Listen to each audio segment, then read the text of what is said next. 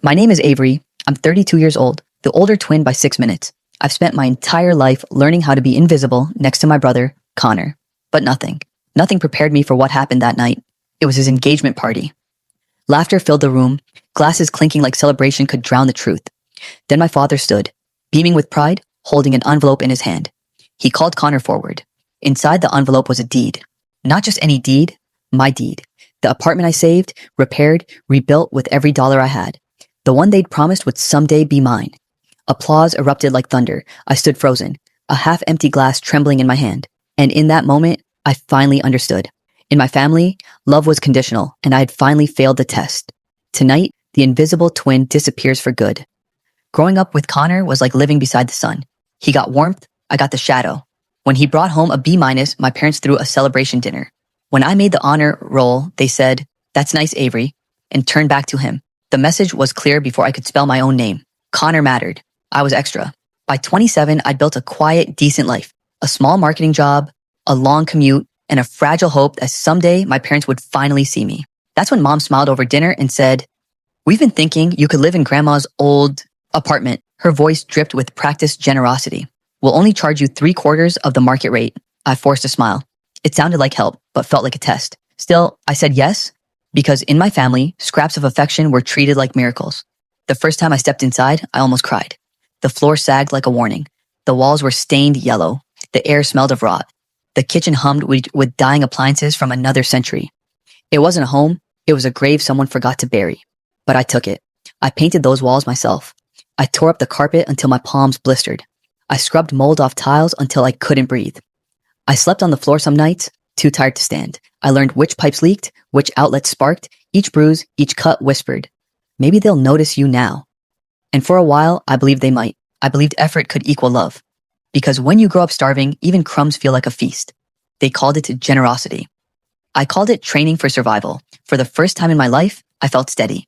The apartment might have been falling apart, but inside those cracked walls, I could finally breathe.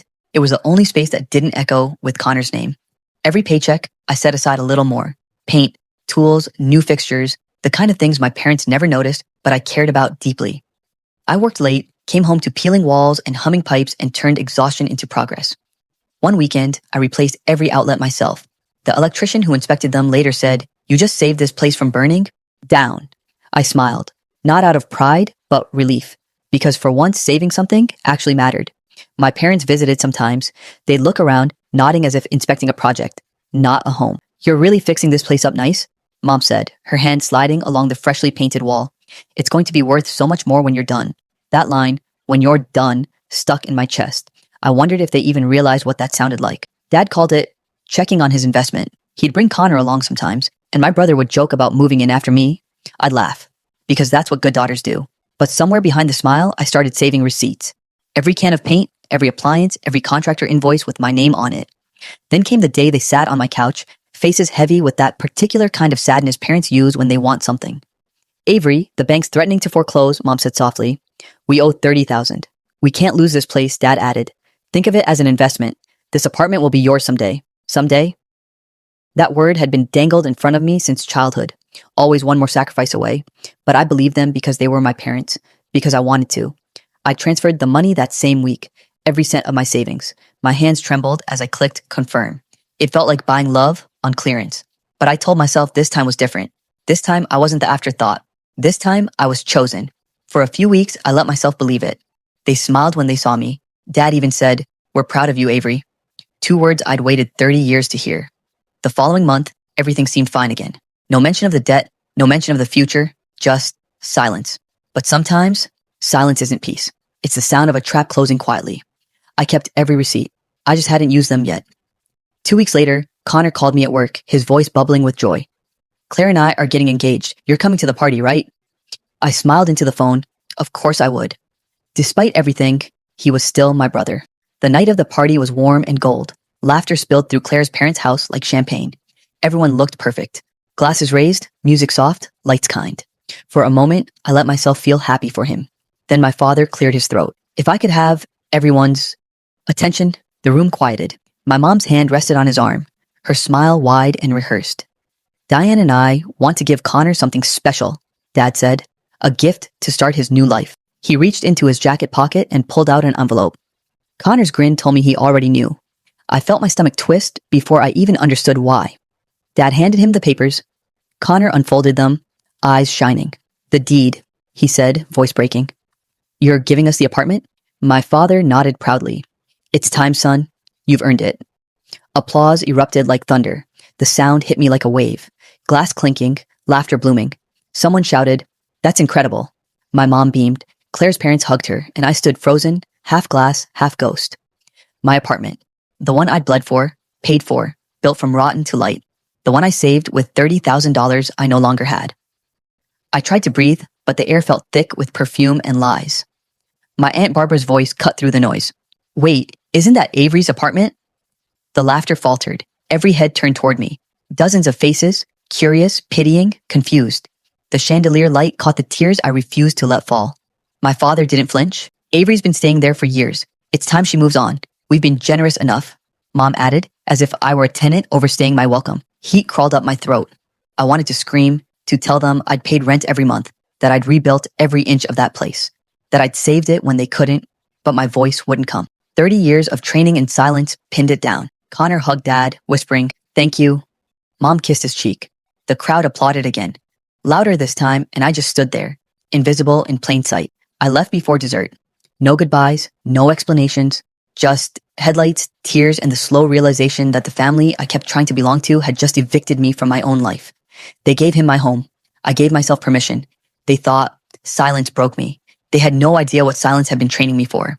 That night, I drove home in silence, and somewhere between the applause and the tears, something inside me snapped. Quietly, cleanly, like a wire pulled too tight. No music, no tears, just the echo of applause that wouldn't leave my head. When I unlocked the door, I didn't see an apartment anymore. I saw evidence. 5 years of proof, paint cans, invoices, receipts, sweat dried into the walls.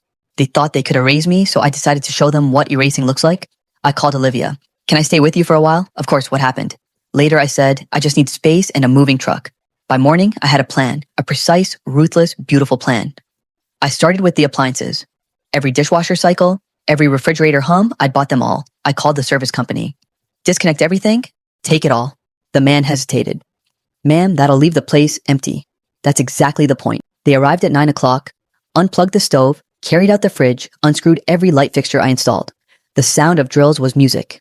It was the sound of taking my power back. Next came the floors. The laminate I'd paid for plank by plank. They peeled it up piece by piece. Underneath, the old carpet waited, stained, brittle, forgotten, exactly like their version of me. By sunset, the place looked the way it did when I moved in. Broken, hollow, unloved, perfect. The movers came next. Furniture, boxes, tools, all gone. I left only dust and memories. Then I wrote a note. "I've moved out as requested. The apartment is yours now." I sealed the keys inside and sent it by courier.